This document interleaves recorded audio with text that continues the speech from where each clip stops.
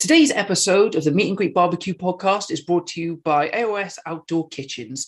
They are the South's leading outdoor kitchen design and installation specialists.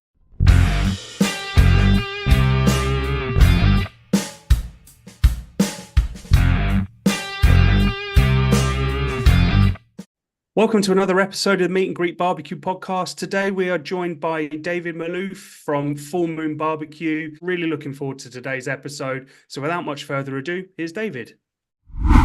David, welcome to the podcast. It's an absolute pleasure to have you here. Please introduce yourself. Let everyone know who you are. My name is David Maloof, and I'm in Birmingham, Alabama, in the U.S., and I sell barbecue for a living. Perfect. Well, that's kind of like a home of barbecue to us, being in the UK. I'd love to learn kind of more about the business and how you got into everything, David.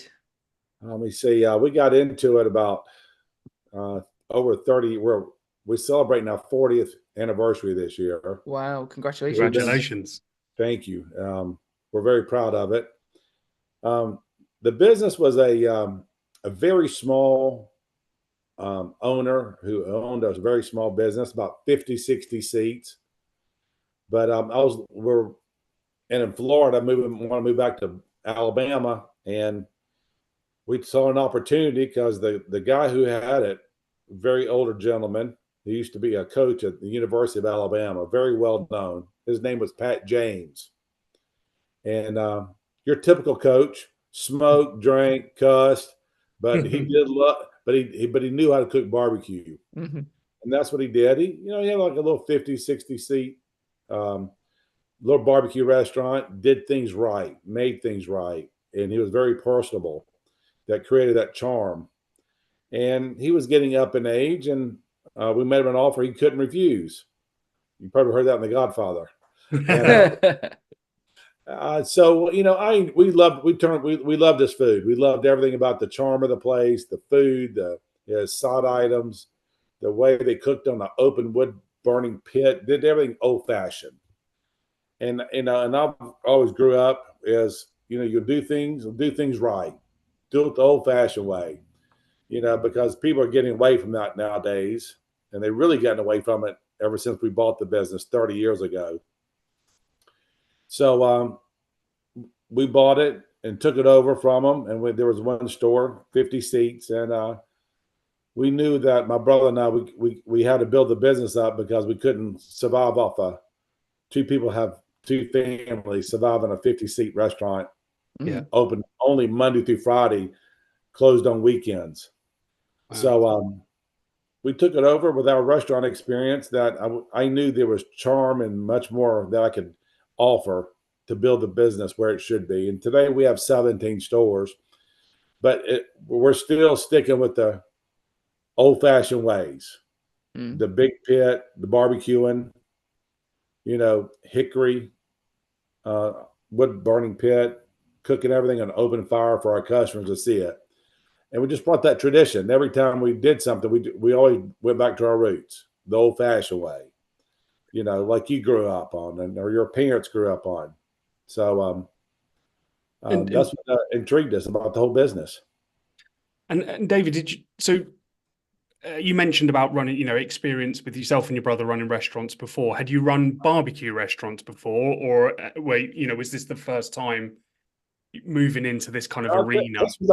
Barbecue was new to me. I mean, I've done fast food, I've done steakhouses, seafood houses, but I always worked in an organization where, keep it simple, understand your business, have passion for your business, show passion for your business, and get the community involved in your business. Yeah. And we still do that every day. And that's what we don't have a plan like we have to implement this plan. It's in our heart. It's in our blood. We're Lebanese, barbecue didn't run in our veins, but what we did, we had a great foundation of learning from others that taught us as we're growing up through family, through faith, that to do things, you do things right. Don't cut corners. Don't shortchange yourself. Don't shortchange the consumer. Give them the product you would want to sell to your family member every single day. And we do that. And we hold that dearly in all of our stores today. Treat everyone like family. It doesn't matter if the King of England or the President of the United States walked in the restaurant. You shouldn't change anything to help make sure he has a great environment. Yeah. Everybody should be that king or queen or a president, to feel, greeted and make sure they have the best food possible and their food's delicious. You know what I mean? It's like if you have that kind of urgency every day, you'll be fine, because no matter who walks in, they'll get the best you got no matter what. And they don't have to be somebody or something special. Everybody's special who walks in your restaurant. I think I couldn't agree with you more there, David. I think if you can, like you said, if you can give everyone that experience as if they are the president, then they're going to keep coming back. And obviously, if this was your first time into barbecue, yes. Obviously bought a restaurant, sort of jumped into the deep end in terms of barbecue. How was your journey? Obviously, you're very successful now with 17 stores, as you've just mentioned, but what about your kind of journey in terms of learning the barbecue and stuff, if that was kind of new to you? When you take over a business, our whole philosophy is you have to learn the business or your employees will hold you hostage. Yeah. In our business, in our mind frame that we've always done, we're hands-on leadership. So once we bought the business, I'm going to run the pit. I'm going to get there at 5 o'clock in the morning, start the fire. I'm going to do everything they do because I have to show leadership. And if I don't do it, they got me hostage. Well, no one's going to hold me hostage because it's a group effort. It's a team effort. We all grow together because I want to learn the business as much as you want to. As you know the business, I got to learn so I can be better at it than what we were doing. So hands-on leadership is very important to us. That must be quite difficult over 17 stores, or has it progressed in quite a natural way that it feels less like juggling 15, 17 balls? You have to have a system. You have to have a manual, and you write your thoughts down and implement each and everything as you will progress. And if you take, even though we have a little store, we started off with 50 seats, our new stores have 150. Went from a 1,800 square foot restaurant to a 5,500 square foot restaurant. But it doesn't matter if it's that small or that big. If you still do things the right way, you'll grow, and you train and you develop and you make sure that everyone is on the same page. And the best thing about running a business is, who do you hire? Does that person or that character fit in your organization? Because they got to represent me and you every day when you're not there. So that's the whole point of growing, is can you grow to a point of people standards and passion for the business? That's what's important. And in terms of, so in terms of the actual food and the cooking, as you said, like you said, leadership, show that you're doing the do, getting, being on the pit 5 o'clock in the morning. So for you, what is the most enjoyable thing to cook? If you can say you have a favorite thing to cook, what would you say that would be? I'll tell you what, I love cooking ribs. You cook them slow and low, and you take the raw product and you season it properly, and you let the fire, the actual burning of the barbecue, is going to cook as long as you baby it, love it, and watch it. All your products will turn out the same. If it's the chicken or the pork butts or the brisket, you watch over your products every day, and that's why we have a master class of pit cooks. You know what I mean? It takes years to understanding their trade, understanding how the wood and the variance of the heat, how it maintains the proper temperature every day. You got to know your fire. Yeah. Your fire is going to run you, or you going to run it. Keep it at a modest temperature. And it's just not how fast can you cook. is how low and slow it can develop into something you want. And when you do that, a product comes out wonderful. And you mentioned about hickory earlier, a short while ago. So do you cook exclusively on hickory, or do you tend to use a blend, or does it depend on what you're cooking? Well, in the South, different areas, you got what's your abundance of wood. A lot of people up north, they use cherry, and a lot of them use oak. But in the South, we have a lot of hickory, which is a wonderful wood, and it flavors the barbecue well. Little hickory, little smoky, very flavorful, and there's abundance down here. So we have the use to be able to use it as we want. So hickory is my first flavor to use. That's my favorite. But one thing about being in a barbecue restaurant, which is funny, is all these restaurants we have a pile of wood at each location. I mean, 4 or 5 pallets. I mean, that's a lot of wood. In the wintertime, what do people want to do when they see wood chopped up, stacked up high? They steal it. So, yeah. But they don't understand when you steal our wood, we usually get a phone call a day or two later. Your wood ruined our house. The wood is smoky. Yeah. So if you put that wood in your fireplace at home, it's going to create an abundance of smoke. and people just don't understand that. But when they do, they come back and say, "I'm sorry, we took it. Your wood doesn't work." I told the wood's not for a fireplace; it's for a cooking. And so, funny enough, so we've had a few episodes where we've talked to a number of people, from the States. Clearly, we're from the UK, so I think quite different. And what we got is that there is a lot of sort of regionality. You've just mentioned it there in terms of from a wood perspective, and different people, depending on where you are, use different wood. But I understand the flavor profiles, right, are different. Sauce combinations are different as well, depending on which region you go to. That's right. Same for yourselves? Well, we're in the South. That majority of our barbecue restaurants are used to have a sweet sauce, thick, and some places like a vinegar sauce. Mm-hmm. Some have, a yellow mustard. Some have a white sauce. That we do have a white sauce, mm-hmm. which is wonderful. It pairs great with chicken and turkey, and it goes with salads. It's almost like very similar to like a ranch with a little spike in it. It's very good, really is.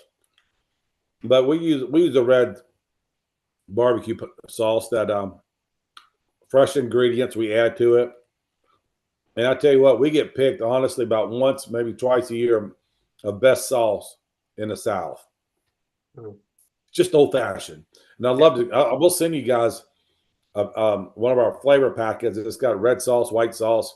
We have one thing that it's called chow chow. Are y'all familiar with chow chow? No, I'm not. No. It's almost like a relish. Mm-hmm. When we bought the restaurant, the old man they put chow chow. It's it's a relish, a mustard based relish. They put it on every single sandwich and every plate. That's why we bought the restaurant. The chow chow made the difference because every barbecue restaurant has pickle sauce bun. Yeah. This one had pickle sauce bun and chow chow on every sandwich, turkey, chicken, pork. It didn't matter, on the plates. You can actually eat it as a side, but we'll send you some. And the chow chow makes the difference. It's amazing. So that'd be amazing. I mean, in the UK, I think we're very guilty of. We're still learning. Barbecue is not a leading cuisine in the UK, which Owen and I are trying to champion. That it should be more so, and we should be more confident in it. But we're very guilty in the types of barbecue sauces and things that we have here. We tend to have very stereotypically sticky, thick sauces, and I mean, a white sauce to go with barbecue in the UK is almost unheard of, and a lot of Americans even kind of flinch at the fact that we very rarely have ranch sauce over here. It's coming more and more often, but getting the opportunity to have those real flavors and be able to play with them and pair them with what we're doing from a barbecue point of view would be fantastic. sauces, and I'm a big fan of red sauce, or Mhm. red sauce, of course. But there's a lot of sauces I like. The vinegar-based sauces, Mhm. very popular, very good. Um, and I'm not a fan of the mustard sauce, too much. But it all depends what you grew up on, what you're around, what your surroundings are, and your taste, and that helps a lot with your region. But I think the gives your consumer their palate a taste what they're looking for. But the meat is still the same. It's how your flavor profile you want it to be. Just like a salad. People that do like 6, 7, 8 dressings that you put on top of a salad. You know, barbecue's the same way. You know, you can put anything on that you want because it's your palate, what you want, what your taste buds are. And that kind of gives you a variety. We don't have that. We only have 2 barbecue sauces, a red and a white. But some places I do like a vinegar. In some areas I go to, when you travel to Texas or you go up north, their flavor profile is different. Now it's all good, but it's all what you're used to. And what about from a rub perspective? A what? From like rubs, Oh yeah. yeah. The, What do you have I don't know, like a signature blend that you would do on we have a most dishes? signature blend that we use. Mhm. That's very important because that's what the flavor profile comes from. Now we don't rub our pork butts because that's pretty much when you buy we use a pork butt, not a shoulder, Mhm. and the flavor comes within itself. But as in the rub, we use it on our chicken, our turkey, and our brisket. And I tell you and our ribs, and we have a chicken one, a rub, which is delicious, and it brings out the flavor of a chicken. And we have one for brisket and for turkey that brings out the flavor that you're cooking, because those are very important, because when you're cooking a product, like 12 hours all night long in a smoker, like for a brisket, help break down and flavor the product. Because well as I do, the brisket is very tough. Yep. If you don't cook it low and slow for 12 hours, it won't come out tender. And the seasoning that you use will help break down the fat penetrating the meat over time. So when you bring it out, it's got a wonderful flavor because of the blends you put on top of it. And would you normally go for something like a salt, pepper, garlic kind of blend for, say, your briskets, or do you tend to No, sort of veer off? I tell you, it doesn't take a lot. We use salt, pepper, granulated garlic. We use a little oregano, just a tidbit. You don't need much oregano because it adds the flavor so strong. And we have a couple of those spices, almost like a Greek seasoning type, that it helps break down the meat. And I tell you, it's a wonderful flavor. And you use it for lamb. You use it for everything. We'll send you some. We'll send you one of our flavor packets. I'd love for you to try it, look and try it and see if you like it. Yeah, no, that would be awesome. Do you know, I don't think so salt, pepper, garlic for sure. Definitely, Yes. definitely when we cook briskets, that's probably go to. I don't think I've ever used A tad of oregano. Yeah. And when we cook our ribs, because we cook them on an open fire, we use some meat tenderizer because the ribs are tough sometimes. You just put a little meat tenderizer and you add a little oregano on top. I tell you, you'd be amazed how delicious they are. I mean, don't cover the whole slab with oregano. Add it sparingly, on both sides. I'm telling you, it really comes out well. So, and are you traditionally pork ribs, or are you doing beef ribs? No, we just do pork ribs. We use pork ribs, which is a slab, and we also use a baby back. Yeah. Those we cook in a smoker because we cook those slowly. Yeah. And they come out tender and delicious. But it all depends what you want to eat, what you enjoy. Yeah. Do you know what? Or if I'm presuming if you like a bit of everything, there's a few platters that you can choose from. Yeah, that's what I was going to say. It's the pick and mix aspect that I almost love about barbecues, having all different things on a tray or a plate, and being able to just jump in.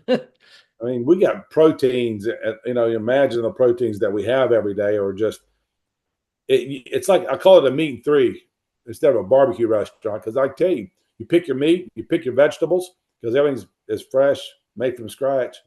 And tell you, that's what we are. Sometimes people call it a barbecue restaurant. We don't just pertain to barbecue just because we cook on a pit. We have a variety of meats in the smoker or the pit. We got salads and baked potatoes. We have a little bit of everything. It's a variety. So I'll call our place a meat and three.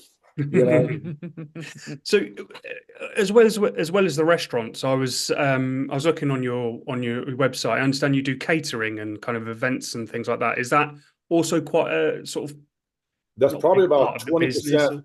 It's probably 20-25% of our business.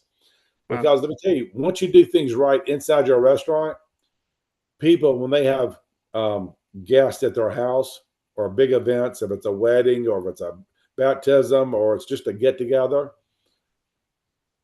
people want our food at their occasion. And that's what and you do it right inside. That means if you start catering outside your restaurant, that means you're doing something right because it carries well. Yeah. So we do a lot of catering. Sometimes a lot at night, and sometimes we do a catering for lunches, boxed lunches for companies. Yeah, I see. Right. If you've been looking or thinking about an outdoor kitchen, then look no further than AOS Outdoor Kitchens. They are the South's leading outdoor kitchen design and installation specialists. Their extensive showroom is based just outside Bournemouth on the Dorset-Hampshire border, and as well as numerous in-store displays, also features a live outdoor kitchen where they cook every week on Kamado grills, pizza ovens, and all filmed and shown on YouTube. They offer a wealth of knowledge on how to transform your patio into the most incredible outdoor dining area with styles and options to suit every budget, and you can guarantee they will be able to create something perfectly suited to you and your home. They stock and supply everything that you're going to need for outdoor cooking, including barbecues, Kamado ovens, pizza ovens, outdoor fridges, and every accessory that you would need to become the ultimate outdoor chef. So if you want to make yourself the envy of your friends and neighbours, get in touch with them today to arrange a consultation and take the first step in transforming your back garden into the most incredible entertainment space. Visit aoskitchens.co.uk. And you mentioned again, sort of going sort of right back to the beginning as you were introducing yourself and you're sort of talking about, the traditional way you do things and you keep it right in the community. Is the community aspect a really big part of what you try to do with it, within Full Moon Barbecue? Let me tell you, the community is everything. Everything from the time we grew up around the community, church, faith, and it comes natural because it's very important to have your community and to give back to the community. It's very important to us that we show and give to the community of all faiths, all religions, all people, because it's everybody walks in through that door is not brand A. They're brand A, B, C, D, E. Yeah. And if you can go out and make a difference in the community, it makes a big difference, at least in our heart that we're giving back. That's important.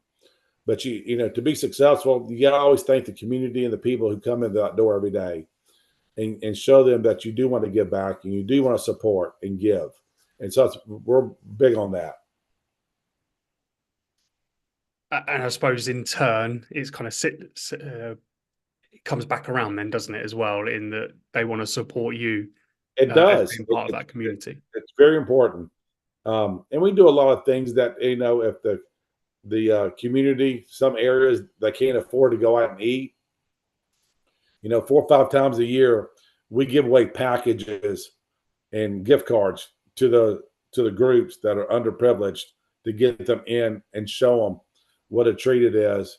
And we do a lot of community work.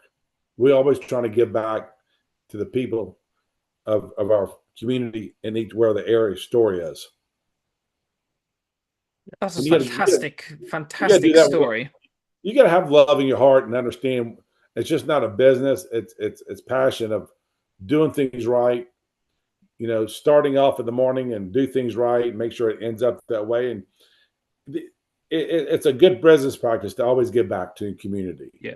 Yeah. It's Well, you're going to be at the forefront of their mind when they want to be going out, getting food, meeting other people in the community and showing that support. And it's such a wonderful thing to hear, because Owen and I talk a lot on the podcast about, for us, barbecue is about bringing people together. And It with a is, restaurant, yeah. it's so natural that you're doing that. But to hear you're doing these other things for the community as well is inspiring, really. Well, we did a T-shirt when we first opened. The 3 F's: family, friends, and food. I was worried where you were going then. You got to do that. I'm telling you, that's what we always believe in. You got to get the community involved. Yeah. Because you got schools, you got businesses, you got everybody around you. You just got to support your community that surrounds your store. And churches are big, so they support us. So we're here to support them too. And I was thinking. Oh, go on. Yeah, sorry, Owen, you go. No. I was going to try and just sort of change slightly onto. You mentioned again about the traditional elements, right, of what you do, still food over fire, and that low and slow smoking. How do you still try and innovate in terms of trying out new things, and how do you try and balance that with trying to do traditional barbecue, if that makes sense? Yes, we did. I did that at the very beginning of our stores, when I innovated from. We probably had like maybe 2 or 3 items, proteins, and 4 vegetables. Because it's a small store, but to grow your business. And we have like I said, we have a 5,500 square foot building now, and kitchen's bigger, more seating.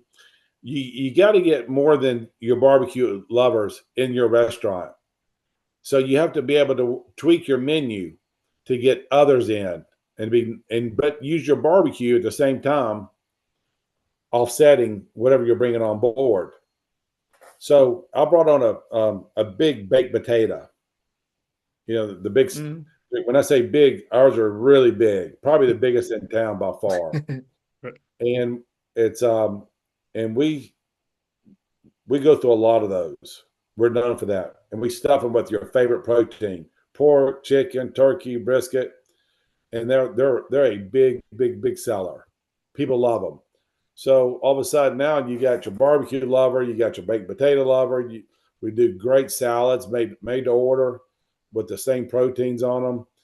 You understand? You're building your business based on different projects, giving people different opportunities to eat with you every day. And across your stores, do you find that you have different favorites in different areas? And does that also change seasonally, or does the menu stay the same throughout the year and you see the same sort of following? The menu stays the same throughout the year. I mean, we're pretty broad. We brought on we sell a lot of catfish in the South, and we brought a piece of Southern catfish on. And that, we sell a lot of catfish year round, but, during the Easter season, Passover, we sell a lot of fish. So, but pretty much we sell a lot of the basics every day, we have high standards on our barbecue, about barbecue meats and our ribs. So weekends, you sell a lot of ribs, but overall we stay consistent. Constant on what we sell. So, just on the same sort of note, but do you ever cater much for vegans and vegetarians? Very much. And do you use the smoker in the same way to try and do things with a vegan or a vegetarian or alternative to still get the kind of barbecue taste, the barbecue process, but not necessarily with the protein? Well, the only thing we know, of course, we have things for people who are vegan to eat with us. Like, we have the baked potatoes, and we have salads, and we have Um, Let me see, vegan. What else we have for our vegan? All of our vegetables are made from scratch every day. I mean, we have a different vegetable that we add on each day of the week. Yeah. But all of our vegetables are made with turkey. We don't use any pork or beef in any of our vegetables. Our collard greens, our casseroles, our beans, everything's made with turkey, which and it attracts a vegan person to that vegetable because it's not pork, because a lot of people don't like pork. Mhm. You know, a lot of people love vegetables, but they don't want the pork flavor. So we use the turkey wing. But if you've ever seen a turkey wing, they're about the size of your hand. Yeah.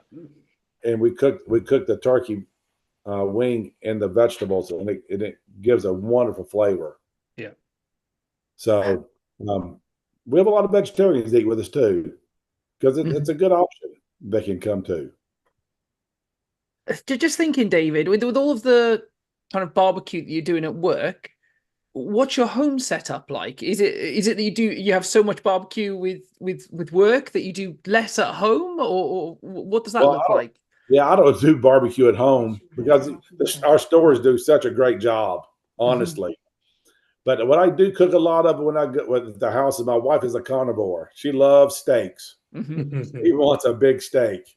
So I still cook on the grill myself, steaks once or twice a week. And I always like to cook some chicken wings on the barbecue, which is fun because you can experiment different flavors, different rubs. That's a good product that I love. You can do anything with rubs, seasonings. You can also change up the sauces for your flavor profiles. So I'm always doing that at the house, and when I entertain that, get people to try them, and that's why I kind of get my sounding board. They like it, don't like it. So I always have fun regardless. But So David, cook a lot of steaks at the house, that's for sure. What particular steak is the normal go-to cut? Oh, most of the time we cook a ribeye, bone-in ribeye. What a flavorful piece of meat. Yeah. Or porterhouse. My wife loves a big porterhouse, a big bone. Yeah. But most of the time we cook bone-in ribeyes, which are very flavorful. Yeah. Good profile. Yeah, definitely. So, David, one of the things that we hold really dear on the podcast is, as much as we all love to talk about all the successful cooks that we've done, we also like to celebrate some of the things, the barbecue fails, some of the things that haven't gone as planned. So do you have any stories for us, whether that's yourself cooking or perhaps something that happened in a restaurant that you'd like to share in terms of a barbecue fail? Oh, let me tell you what, with ever since we started using those smokers, we haven't always used a smoker, but you have to use a smoker if you're going to cook brisket. We cook about, honestly, anywhere between 6 and 10 brisket a day, more so on weekends. And when you have a power surge, that smoker is out. So that means your product is dead and you don't serve it that day because it's not going to be ready. You can't get product ready that cooks 12 hours in 3-4 hours. Yeah. That's always, and that still happens today. You rely on something like that, it's going to fail. You can't sell the product and your customers get mad at you, but it's life. It's not, I don't plan that, but it's upsetting because, it takes 12 hours to cook and do it right. And you can't make up time. You do it low and slow, or you don't do it at all. Because if you ever cook it, throw it in the oven, try to speed, you're going to ruin that customer's flavor profile. They'll never come back. They won't like it. Yeah. So I'm a big believer. Do it right. Even if it fails, you don't have it that day, don't sell it. Yeah. Don't worry about it. Just tell the customer, hey, we messed up. We had a power surge. The smoker went out, and that happens often. So nothing you can do about it. Or they forget to turn it on at night, Yeah. because it cooks all night long. It takes 12 hours. So you can imagine when you're sleeping, you better hope that's cooking. But a lot of times they don't. So do you have people working around the clock then? If you're obviously cooking, briskets, etc. during the night? No, we put our last load in at 9 p.m. At night, and by 9 o'clock in the morning, they get there at 6 in the morning. Yeah. So we don't cook all night unless it's a big holiday, like a 4th of July, Memorial Day. Yeah. That's when we cook all night because we do 1 week's worth of business in one day.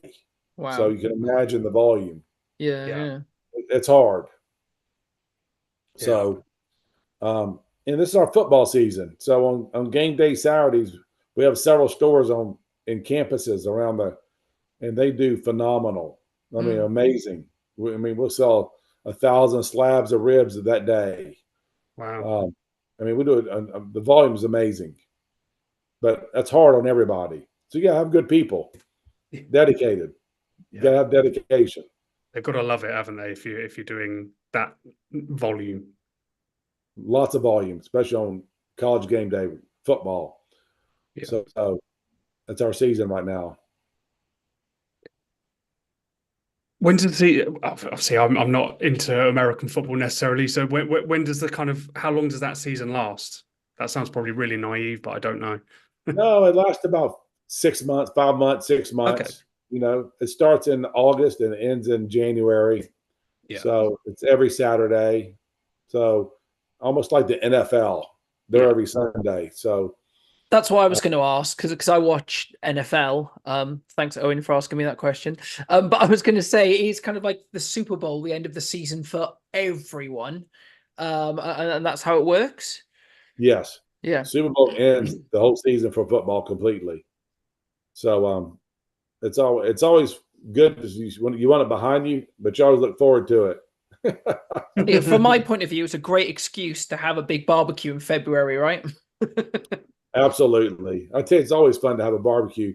It attracts friends and family. It's just nice. It's just easy, so it's fun to feed in the masses, and barbecue can do that, so unlike a white tablecloth restaurant, we can cook in volume and feed volumes of people because we do it every day. Our pits are about probably 13, 14 feet long by 5 feet wide. Yeah. So we cook a lot on a pit. Yeah. Blimey. So what does the future hold? What's in the plans? If you can, appreciate you might not be able to say too much, David, but what are you hoping to do with Full Moon BBQ moving forward? We have a competitor, and barbecue is something that it's regional, but when I say regional, like I always telling you, it's a meat and three, and I think we could duplicate that and build in every state, every country, doesn't matter, because it's a meat and three. Who doesn't like fresh vegetables? Who doesn't like fresh meats, proteins? But like what you said earlier, you have to have many sauces to see what their flavor profile is in that area. Everyone has a different flavor profile. So, just say I was going to London, you or England, and you have to see what the flavor profile of what they like regionally, and come up with a sauce. And you do taste testing, and you try, and you fail, and you see what the mass is like overall. And that's how you become successful, So it can barbecue. What we do could be in it. If you go to any Middle East country, everybody's called themselves barbecue. Everybody's barbecue. But how you barbecue is how you cook it. And everybody wants to see the pit. Everybody wants to see. All of our pits are up front so everybody can see the meats we cook on every day. Yeah. That's important to me. Let your customers see what you're cooking. Don't hide behind a wall where they can't see it. Show them. And tell you that they love it. Oh, but yeah, completely agree. I think that the theatre of barbecue is something that you don't normally get in a traditional restaurant. You don't, and it's fun. And even our kitchen's open because I want you to go look at it. If you want to go back there and taste it, look it, cut a piece off, try. I don't care. Go ahead, make it fun. Make it fun. You know what I mean? Let people see what you do and take pride in what you do. Show them your passion for the product that you sell every day. Show them you care, and that's how you get people intrigued and and love what you do because they want to eat with you and support you. I always think that keeps you honest as well as an It establishment. does. If people can see everything, what's going on, and understand the passion that goes into the cook every day and the heart and soul that goes into it, compared to having the whole kitchen locked out away at the back as kind of like a mystery, as it were. Yes, I'll put my kitchen up front. I want you to see everything. And I'm proud of our kitchens. I want you to see, taste, and look at everything we have. We have nothing to hide, you know. So, I grew up in restaurants. I grew up in food, being of Lebanese heritage.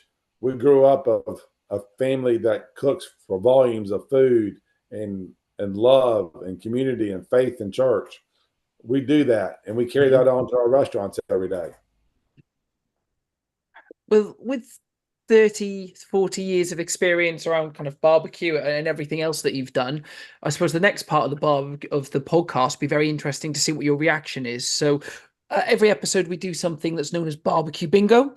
For anyone who doesn't listen regularly, we have a spinning wheel of ingredients that previous guests have left.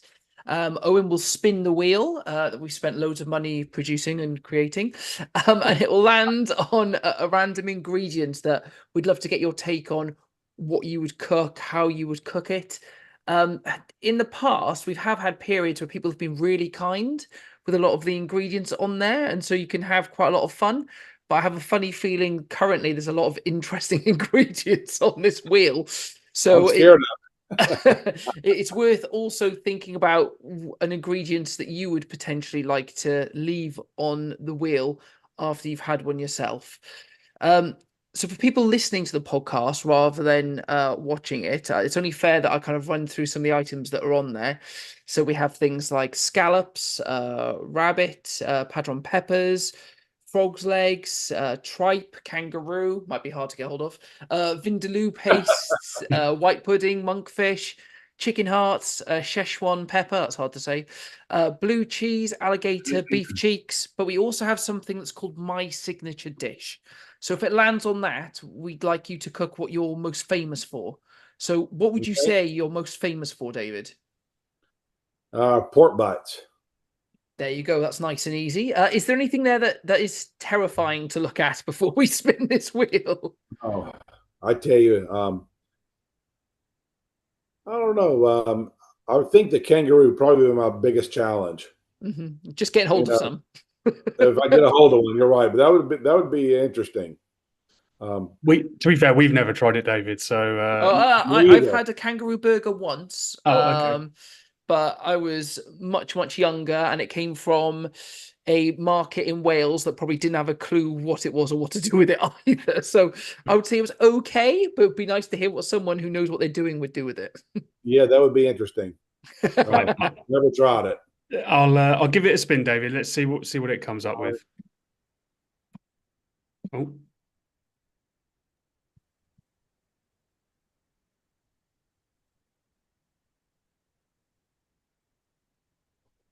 Oh, look at that. Szechuan peppers. Just missed out on chicken heart. So have you cooked with that before, all David? I've eaten Szechuan peppers before. I've never used them, but you could probably use a Szechuan pepper and pair it with some chicken, or turkey, stuff it with turkey and see how it comes out. Be pretty flavorful, I can promise you that, and hot. Definitely. Have a bit of It may paste to wake it. you up a little bit, but that'd be an interesting spice and product to use. It'd be tasty, I tell you, chicken hearts would be better. I could fry those up, be delicious. So what would you like to leave for our next guests, David? As in any ingredient, whether it's a protein or a spice or a vegetable or fish, what would you like to leave for someone? I tell you, I would have to say we use a lot of granulated garlic. Okay, yeah. It adds flavor in dressings. It adds flavor on we also put that garlic when after we cook our chicken on the wood burning pit, we season all the chicken with the granulated garlic. Mm. It accents the chicken like amazingly. It soaks, it seeps into the chicken skin, and I tell you, it's delicious. So it has to be garlic. Yeah, sounds good to me. I love garlic. Absolutely love garlic flavor. Yeah. David, so as we kind of come towards the end of this episode, is there anything that perhaps we haven't covered yet that you would like to talk about in terms of barbecue or anything else for that matter? But when it comes to just the restaurant business and proteins, and we always want to buy the best product available. Mm-hmm. I don't sacrifice. I told you, if we don't have a product that's available to use to serve, don't sell it. My reputation's on the line. Your reputation's on the line. You know what I mean? I want to make my customers happy when they come in, and if you don't do things right, don't use it. You know, just take a sucker punch and go, sorry, we don't have it. We screwed up. Mm-hmm. We'll make it up to you next time you come. Yeah. But always have passion and love of the product that you sell and cook every day, and that will represent who you are every day to your consumer. Right. And David, just to do a full push for where people can find you, both obviously locally but also online. Please tell them where to go find Full Moon BBQ. It's www.fullmoonbbq.com, and you'll see us there. And we have we have a site you can go to and order our seasonings, our spices of life, and everything. But what I'm gonna get my girls to send both of you a flavor packet of what we do, and that's our best seller. We sell a lot of them, so you'll see what we're all about when you receive it. David, that would be absolutely amazing. Thank you. Yeah, fantastic. Thank you, guys. Let me on. Oh no, real pleasure to meet you, and all the best. Thank you ever so much. Thank you, David. Take care. Have a good You day. too. Cheers. Bye for now. Bye. Thank you so much, David, for taking the time to speak to us today on the Meet and Greet Barbecue podcast. You can go to the website, Full Moon BBQ, and do a Google. You can find them on Instagram, the socials, and also find out the best places to go to find out where to find their restaurants. We'd love to hear from you. Please do get hold of us on our socials or go to our website and put any questions or anything that you'd like to hear us talk about, or even if you'd like to be a guest, please do let us know. We'd love to have you on. But until next time, keep on grilling.